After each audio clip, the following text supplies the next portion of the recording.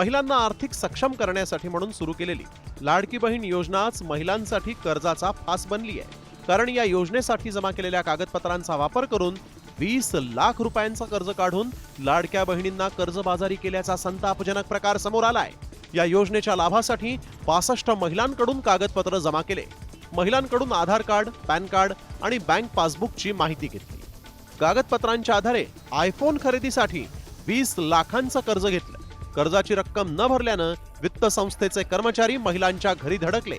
माध्यमाच्या अनुषंगाने मी लोकांना आवाहन करू इच्छिते की ज्यांची या पद्धतीनं फसवणूक झालेली आहे त्यांनी जरा समोर यावं। जास्तीत जास्त आम्हाला विक्टिम्स आहेत, बळीत आहेत, त्यांना आपण मदत करू। या प्रकारानंतर लाडक्या बहिणींना आणि वित्त संस्थेला गंडवणाऱ्या या भामट्यांचा भांडाफोड झालाय। यातील 5 आरोपींपैकी 2 जणांच्या मुसक्या आवळण्यात आल्या।